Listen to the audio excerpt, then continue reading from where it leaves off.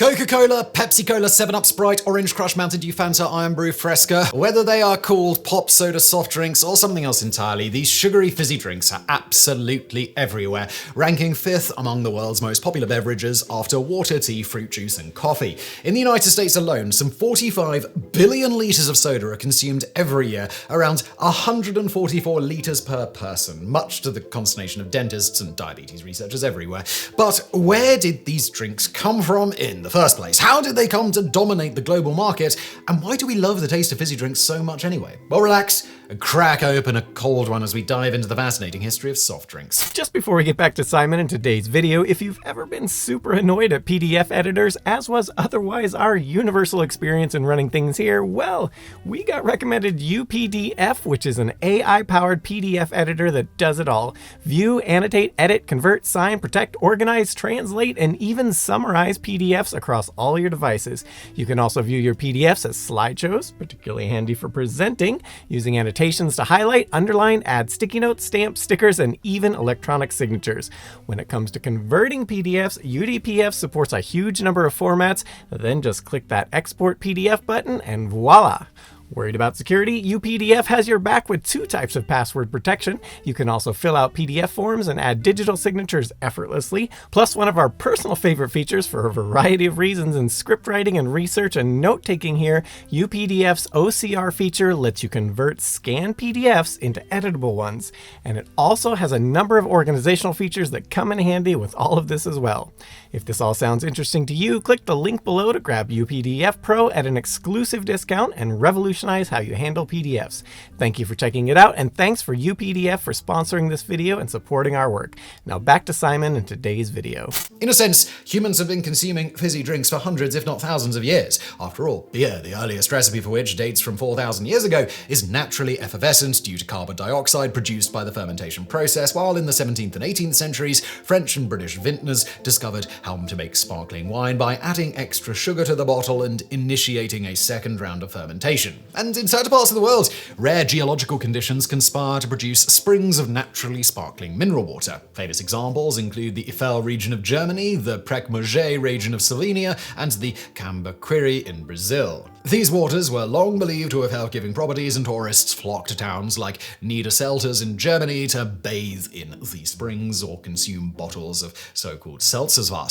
Indeed, the name was later corrupted to seltzer by Yiddish-speaking immigrants to America, giving us one of many modern terms for sparkling water. However, it was not until the 1770s that someone figured out how to artificially reproduce natural seltzer water, and that someone was Joseph Priestley, an English Presbyterian minister, political theorist, and scientific polymath who is credited with, among other things, founding Unitarianism in England, writing seminal books on Enlightenment philosophy and English grammar, and discovering multiple chemical substances including nitrous oxide, ammonia, and oxygen, although the latter discovery is now typically attributed to Swedish chemist Carl Wilhelm Scheele. In 1767, Priestley was living in Leeds in a house that stood near the local brewery. He soon became fascinated by the airs or gases given off by the fermentation vats, and after some experimentation determined that these gases were identical to what Scottish physician Joseph Black had previously described as fixed air, so named because it could be fixed in various materials such as calcium carbonate, aka limestone, and we now know it better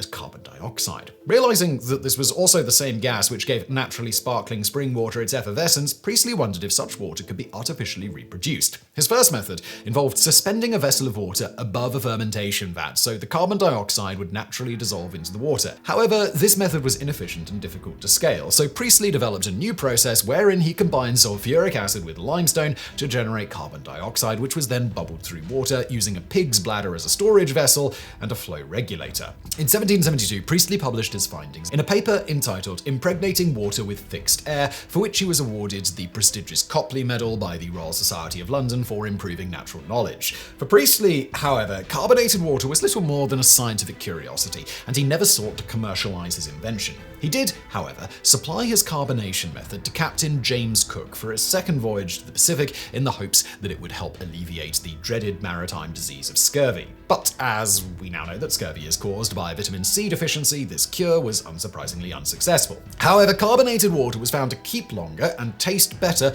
on long sea voyages than ordinary water, likely due to the formation of carbonic acid, which is a mild antiseptic. Given the considerable demand for natural mineral water, it was not long before others stepped forward to turn artificial sparkling water into an equally lucrative industry. Several inventors, including John Mervyn Knuth in England and Torbjörn Bergman in Sweden, invented devices for mass-producing carbonated water, while the world's first large-scale water carbonation plant was built in 1781 in Manchester by English apothecary Thomas Henry. His product, with the delightful name of Bewley's Mephitic Julep, was sold as a health tonic. In 1783 and 1792, German-Swiss watchmaker Johann Jakob Schweppe established commercial carbonation plants in Geneva and London, employing an improved carbon dioxide generation process which replaced Priestley's sulfuric acid and limestone combination with a cheaper and safer mixture of tartaric acid and sodium bicarbonate. Artificially sparkling, or soda water, soon became a favourite beverage among the upper classes, including King William IV of the United Kingdom. In 1831, the king granted the Schweppes Company a royal warrant of appointment, causing their products to explode in popularity. Sadly, Jacob Schweppe did not live to see the success, having died 10 years before. And if his name sounds familiar, it is because the company, Schweppe, that he founded is still around today and produces a variety of sparkling drinks, including tonic water, club soda, bitter lemon, and most famously, ginger ale. At this point in the video, it is probably worth clearing up some terminology here. Mineral water typically refers to water, whether carbonated or not, sourced from natural springs, and is so named because it typically contains a variety of dissolved minerals such as sodium or potassium chloride, citrate, bicarbonate, or sulfate. Early producers of carbonated water deliberately added these minerals in order to mimic the flavor profile of natural mineral water and balance the acidity of the dissolved carbon dioxide. Since, at the time, sodium salts were collectively called soda, artificial mineral water became generally known as soda water. Today, such minerals, particularly sodium bicarbonate or baking soda, are typically only added to club soda, while artificially carbonated water lacking added minerals is typically known as sparkling water or seltzer. So now you know. Initially, soda water was drunk straight as a treatment for all sorts of ailments, from digestive and nervous complaints to impotence and, as we've seen, scurvy. However, it was not long before people started mixing it with alcohol, fruit juices, and syrups, as well as other additives. Indeed, in the early 19th century, British colonists in India and southern Africa began mixing carbonated water with quinine, derived from the bark of the South American cinchona tree, to ward off malaria. However, the quinine was so bitter that they soon began adding sugar and later gin to mask the taste, creating, at a stroke, tonic water and the gin and tonic, one of the oldest mixed drinks still regularly consumed. Other early soda flavorings include ginger, first recorded in 1809, birch bark, and sarsaparilla root, aka root beer. Such soft drinks were heavily promoted by the burgeoning temperance movement as a morally superior alternative to hard or alcoholic beverages. On this note, technically, soft drinks aren't just flavored carbonated beverages. Soft drink refers to nearly all beverages that do not contain significant amounts of alcohol. The term soft drink, though, is now typically used exclusively for flavored carbonated beverages owing to advertising. Flavored carbonated beverage makers were having a hard time creating national advertisements due to the fact that what you call their product varies from place to place. For instance, in parts of the United States and Canada, flavored carbonated beverages are referred to as pop, in other parts soda, in yet other parts Coke, and there are a variety of other names commonly used as well. Then if we go international with the advertisements, in England these are called fizzy drinks, in Ireland sometimes minerals. To account for the fact that they can't refer to their product in the generic sense on national advertisements because of these varied terms, these manufacturers began pushing the soft drink moniker, and it has more or less stuck ever since. In any event, due to their origins as health tonics, early soft drinks were mainly sold in pharmacies, where the pharmacist would mix unflavored soda water with various flavored syrups to create the final product. At first, pharmacists created their own syrups, but soon commercially manufactured flavorings became available, starting with a lemonade concentrate introduced by Richard White in 1845. Still sold to this day, R. White's lemonade is considered the oldest continuously produced soft drink in the world. White, along with rival soda manufacturers like Schweppes, would soon expand their product line to include flavors like raspberry, strawberry, cherry, pineapple, orange, ginger, and vanilla, aka cream soda. By the time of the 1851 Great Exhibition in London,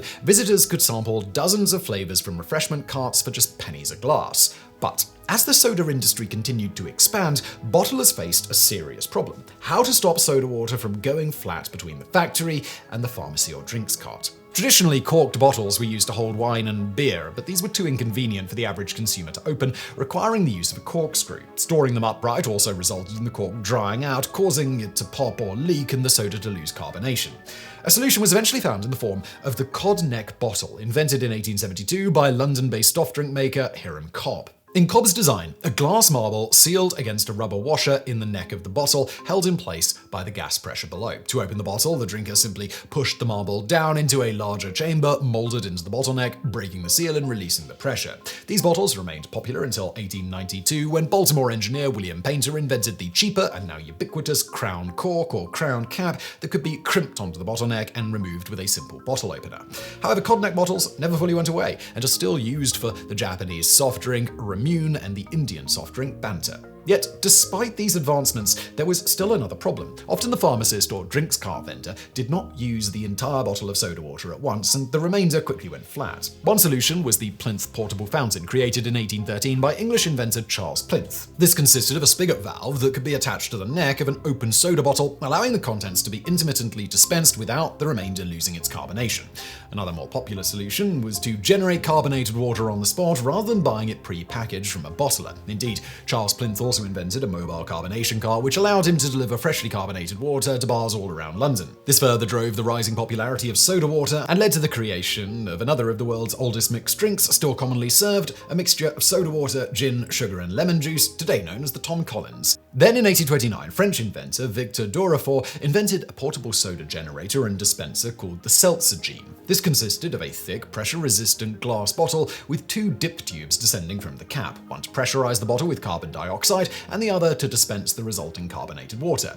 Early seltzer genes, also known as Gazer genes, featured twin compartments at the top, which the user filled with tartaric acid, sodium bicarbonate, and water to generate the carbon dioxide, and indeed one such device features in several of Sir Arthur Conan Doyle's Sherlock Holmes stories, being a prominent fixture of the great detective's apartment at 221B Baker Street. Later variants, however, had to be recharged at a bottling plant, and many manufacturers offered milk delivery-like services where empty bottles were picked up and returned fully pressurized. Then, in 1889, Kenneth Murray of Aerators Limited in Crayford, Kent, invented the Sparklet, a miniature carbon dioxide cylinder that could be inserted into a seltzer gene in order to pressurize it. By this time, however, such devices were typically known as soda siphons, and you've probably seen them in dozens of slapstick comedies from the 1930s and 40s being used to soak some hapless victim.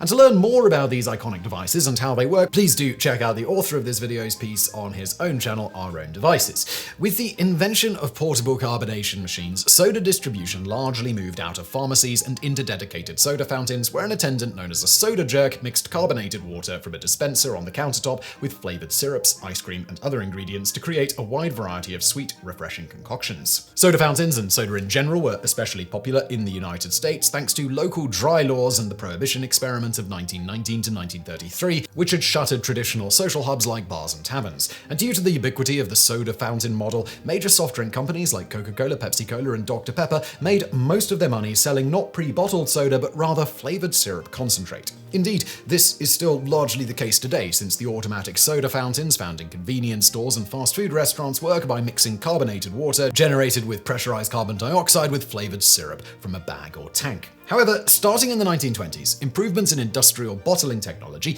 and the invention of the bottle vending machine led to the steady rise in popularity of pre-bottled soft drinks, which by the 1960s had almost completely overtaken the soda fountain model. Another major driver of this change was World War II, because of course it was. Because it was not practical to set up soda fountains on the battlefield, American troops drank soft drinks like Coca-Cola out of bottles, which were supplied to the front in the millions. Indeed, as part of a patriotic and not at all self-serving initiative, in 1941, Coca-Cola President Robert Woodruff announced that, quote, "Every man in uniform gets a bottle of Coca-Cola for 5 cents, wherever he is and whatever it costs the company." Following the Allied invasion of North Africa in 1942, Coca-Cola executives flew to Algeria to set up a bottling plant to more easily supply drinks to the troops. By the end of the war, 64 bottling lines were operating across both the European and Pacific theaters of operation. At the war's end, returning GIs brought their bottle drinking habits home with them, starting a nationwide trend. The conflict also gave people across Europe and Asia their first taste of Coca-Cola, helping the company grow into a globe-spanning multi-billion-dollar juggernaut. And more on Coca-Cola's rather fascinating successful failure in the bonus facts. In the 1950s, traditional glass soda bottles began facing competition from a new innovation, the metal drink can, first introduced in 1954 by the Royal Crown Cola Company, better known today as RC Cola. The company would later roll out the first all-aluminium drink can in 1964. These early cans had to be opened with a punch-style church key can opener, but in 1962, the Pittsburgh Brewing Company introduced the ring pull tab. Then in 1975, Fall City Beer soda introduced the modern Star tab, which remains the standard opening mechanism for both alcoholic and soft drink cans to this day. And this all now brings us to the question of why do we like fizzy drinks so much? What is it about carbonation that makes flavored or even plain water taste so much better? The answer, surprisingly, may be that all of us are just a little bit masochistic. The tingling sensation you feel when you drink soda is actually the pain receptors on your tongue being stimulated by collapsing bubbles. This, in turn, stimulates the release of endorphins, enhancing the reward signal already produced by the sugar in the drink. This suggests that we enjoy soda for much the same reason we enjoy eating spicy food. Indeed, just as with spicy food, a love of carbonated drinks seems to be a uniquely human trait. Lab mice and other animals will not touch the stuff. However, bubbles aren't the end of the story. In 2013, researchers at the University of Montreal placed test subjects in a hyperbaric chamber and made them taste various carbonated and non-carbonated drinks. Even though the high pressure in the chamber eliminated the bubbles, subjects still overwhelmingly preferred drinks with large amounts of dissolved carbon dioxide. This indicates that much of the bite that gives carbonated water its appeal comes not from the bubbles, but from carbonic acid, which, in addition to stimulating pain receptors, also helps to counteract the taste of sugar. Indeed, soda companies often add additional acidity to their products, usually in the form of citric or phosphoric acid, for this very reason. This is why a can of Coca-Cola tastes refreshing despite containing nearly 10 tablespoons of sugar. And yes, that's about twice as much as 2 Cadbury cream eggs. You're welcome. Furthermore, research suggests that carbonation fools our tongues into perceiving a drink as being colder than it really is, though the exact mechanism behind this phenomenon is still not fully understood. So why do we love soda so much? Well, because in the end, all we are is walking sentient bags of flesh whose imperfectly evolved nervous systems are easily fooled by all sorts of random stimuli. Cheers to that. And now, a fun little bonus fact is that while manufacturers put the same amount of CO2 in cans as bottles of soda, when placed in plastic, which is more permeable to CO2, the carbonation will dissipate relatively quickly over time. In fact, if stored in direct sunlight in 3 months, soda in plastic can lose up to 15% of its carbonation. Cans of soda, on the other hand, can have their taste affected by bits of metal that are dissolved from the inner lining, and again, the warmer the container, the greater the effect. This is one of the reasons many people have preferences when drinking soda from glass versus plastic versus metal containers. On the note of fizz, have you ever wondered if tapping a can of shaken soda actually reduces the likelihood of it fizzing over you when you open it? Well, if you have, you should know we did an extensive study to answer that question. You can see our video, does tapping a shaken can of soda actually reduce foam? And now for another bonus fact. Much like other early soft drinks as mentioned, the sickly sweet sugar water known as Coca-Cola was initially marketed as a magical cure-all tonic for every kind of nervous affliction imaginable, from headaches to hysteria, a condition that, fun fact, used to be treated in women through medically administered orgasms. Of course, as with so many new ventures, when it first became available to the public on May the 8th, 1886, Coca-Cola was a bit of a flop, averaging only about 9 glasses per day sold in the first year. This was despite the fact that it debuted at one of the most popular soda fountains in Atlanta, Georgia, located in Jacob's Pharmacy. For reference here, their gross earnings on soda sales, according to the owner of the pharmacy, Dr. Joseph Jacobs, was about $150 per day, or about $4,100 today, of which Coca-Cola accounted for about 45 cents daily in the first year. This is mildly surprising considering that not only is Coca-Cola reasonably tasty, but it was also, as mentioned, being marketed by the medical professionals involved as a cure for countless medical issues, including a rather serious one in morphine addiction. On top of that, they also pitched it as something of the Viagra of its day. No doubt this effect on men is partially how it was supposed to go about curing hysteria in women. And if the marketing and flavor didn't work, their trump card was the fact that it contained coca leaf extract, aka cocaine, as well as lime juice, which aids in cocaine absorption in the stomach for maximal bang for your buck. Seemingly, this should have seen it quickly become a huge hit, though it is noteworthy that various cocaine products were widely available at the time, so perhaps people just didn't need to come back to Coca-Cola to get their fix. Whatever the case, as to how its inventor, pharmacist John Pemberton, came up with the tonic, he was specifically looking for a cure for his own morphine addiction. You see, Pemberton was a former Confederate soldier who nearly had his head lopped off in the Battle of Columbus. During his recovery from his wounds, as with so many others at the time, he became addicted to morphine, and so was looking for something that would wean him off the habit. This all led him to experimenting with coca leaf extracts, and thus Pemberton's French wine coca was born, which he claimed did the trick. Though it should be noted that when he died of stomach cancer 2 years later in 1888, he was still addicted to morphine. Unfortunately for him, his initial concoction also included alcohol from wine, which became banned in Atlanta, where he lived, the same year as he debuted his tonic, resulting in him substituting the wine with sugar and citric acid. He also, of course, mixed the whole thing with carbonated water, owing to, at the time, fizzy water being thought to be good for your health, as noted. Finally, in 1886, Pemberton was ready to start selling what would eventually become arguably the most famous non-water beverage on Earth. After a deal was struck with Dr. Joseph Jacobs of the aforementioned Jacobs Pharmacy and the soda fountain operator within, Willis Venable, Coca-Cola finally graced the world with its presence, selling for 5 cents per serving, about $1.38 today. Poor sales and a loan Venable had received from Jacobs to build a house ultimately saw Venable trade his 1/3 stake to Jacobs in repayment of said cash advance. As for Jacobs, he had little interest in producing and marketing the drink and was generally annoyed with having to deal with Pemberton and his huge financial problems. Thus, not long after acquiring Venable's share, he sold his entire stake in Coca-Cola to fellow pharmacist Asa Candler for, to quote Jacobs, some stock in a glass factory on South Pryor Street. This factory, on which the insurance has been allowed to lapse, was destroyed shortly afterward by a fire. In addition to the stock, I was to receive some odds and ends such as bedpans, pewter syringes, wooden pillboxes, and empty bottles. Candler, after buying out the remaining shares, including from Pemberton, would start the process that turned the brand into the beverage powerhouse it is today, by 1919 himself selling the brands and the recipe for a cool $25 million, which is $361 million in today's money. As for Pemberton, when he sold his stake to Candler, he did have a thought to leave a partial share to his son Charles in the hopes the morphine addiction-curing drink would someday become a huge hit. However, ultimately Charles and he opted to just take as much money as they could get at the time and forego any further stake in Coca-Cola. Pemberton died shortly thereafter in poverty, and his son Charles followed him about 6 years later, ironically dying of a morphine overdose.